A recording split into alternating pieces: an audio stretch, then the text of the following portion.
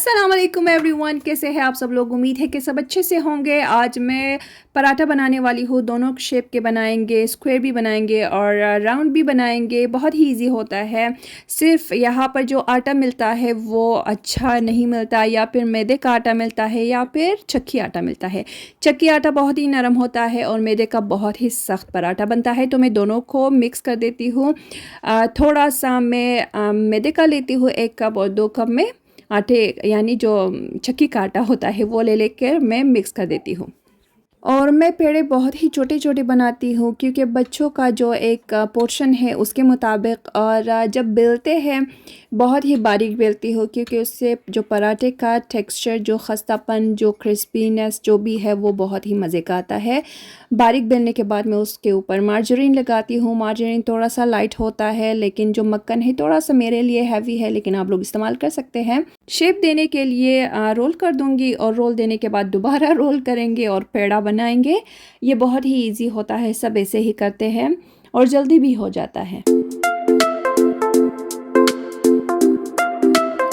मैं आटा ज़्यादा सख्त नहीं गूँथती या फिर बहुत ज़्यादा नरम भी नहीं गूँथती, दरमियाना गूँथती हूँ, क्योंकि जब मैं मार्जरीन यूज़ करती हूँ तो उससे मज़ीद पेड़े नरम हो जाते हैं, क्योंकि जो मार्जरीन है उसमें थोड़ा सा दूध या फिर पानी का रेशो मौजूद होता है, तो उससे मेरे जो पराठे हैं बिल्कुल अच्छी तरह नरम आ जाते हैं। अगर मैं ज़्यादा नरम गूँथ लूँ तो वो बिल्कुल हाथों से स्टिक हो जाता है और उसे हैंडल करना बहुत मुश्किल होता है। और ज़्यादा सख्त डो बनाने से भी पराठे का जो टेक्सचर है बहुत सख्त आता है, यानी हार्ड बनता है, और हैंडल करना भी मुश्किल होता है, बेलना मुश्किल होता है उससे, और जो पेड़े है उसका शेप देना बहुत ही ज़्यादा मुश्किल होता है।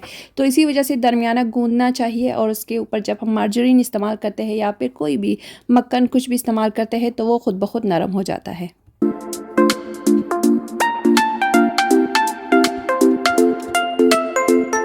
और ये जो लास्ट पेड़ा है, मैं इससे स्क्वायर पराठा बनाऊंगी।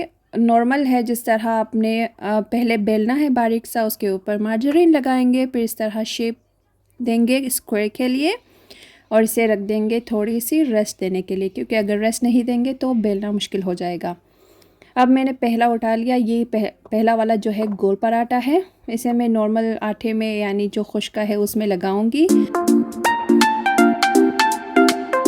और शेप देना शुरू कर दूंगी, हाथों की मदद से भी और बेलर की मदद से भी। बेलर को बहुत ही हल्के हाथों से चलाना होता है।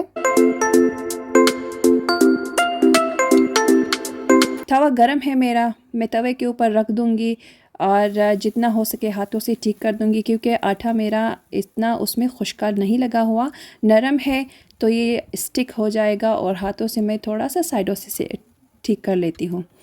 एक साइड जब 2 से 3 मिनट के लिए आप रख दें, चूल्हे के ऊपर है। अगर आपका फ्लेम ज़्यादा हाई है तो ये जल्दी हो जाएगा, अगर लो है तो थोड़ी देर लगेगी। लेकिन मैंने मीडियम रखा हुआ था, क्योंकि ज़्यादा तेज़ रखने से पराठा फिर थोड़ी सी अच्छी यानी क्रिस्पी नहीं आती।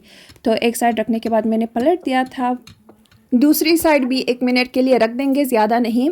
फिर उसके ऊपर हम ऑयल डाल देंगे, या फिर आप मक्खन भी डाल सकते हैं।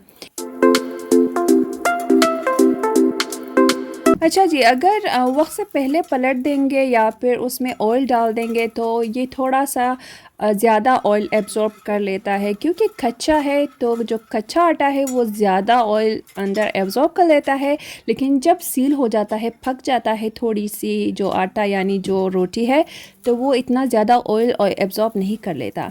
इसीलिए मैं दोनों साइड्स को थोड़ी सी टाइम दे देती हूँ तवे के ऊपर, फिर उसके बाद मैं ऑयल शामिल करती हूँ, क्योंकि फिर आपको जो एक फ्राई का जो टेक्सचर है ना वो आ जाता है।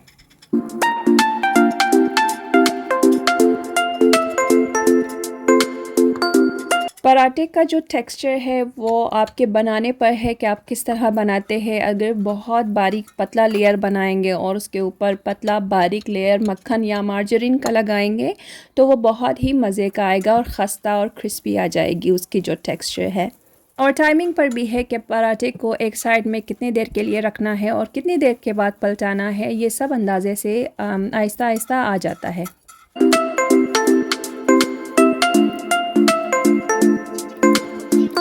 और ये लास्ट वाला मैंने स्क्वायर में बनाया था, बिल्कुल इजी है। जैसा मैंने पेड़ा बनाया था उसे मैं बेलूँगी सीधा साधा और हाथों में इस तरह में शेप दूँगी, थोड़ा सा खींचूँगी कि बारीक हो जाए, बिल्कुल पतला हो जाए।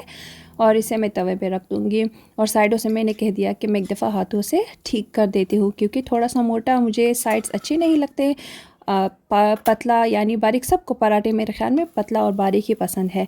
और इसे रखने के बाद अब मैं 2 मिनट या 3 मिनट के लिए रख दूँगी, आपके फ्लेम के ऊपर है। फिर पलट दूँगी और पलटने के बाद भी मैं इसे थोड़ा सा रख दूँगी। उसके बाद मैं ऑयल शामिल करूँगी।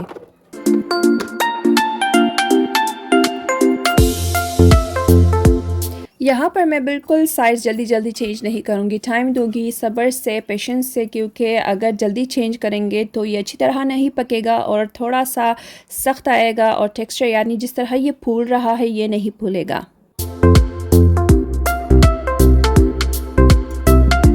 और ऑयल शामिल करने का भी एक टाइमिंग होता है पराठे में। अगर पहले शामिल करेंगे तो बहुत ग्रीसी और बहुत ही ज़्यादा ऑयली बनेगा। अगर बाद में थोड़ा सा टाइम देने के बाद शामिल करेंगे तो बहुत ही क्रिस्पी और अच्छी तरह फ्राइड उसका टेक्सचर आएगा।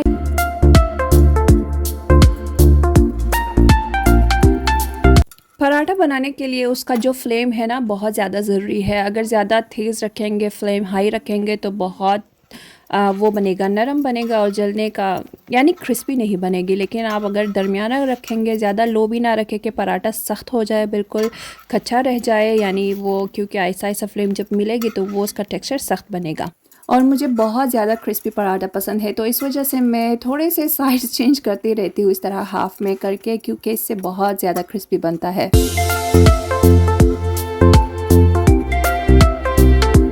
अच्छा जी, तो ये रहा आखिर में स्क्वायर पराठा, जो बहुत इजी है लेकिन बहुत ज़्यादा फूलता है। गोल पराठा इतना नहीं फूलता। और कैसी लगी आप सबको आज की वीडियो? उम्मीद है कि आप सबको पसंद आया होगा। अगर पसंद आया हो तो प्लीज़ लाइक, शेयर और सब्सक्राइब भी कर दीजिए चैनल को। मैं मिलूँगी आप लोगों से अपनी नेक्स्ट वीडियो में, तब तक के लिए अल्लाह हाफ़िज़।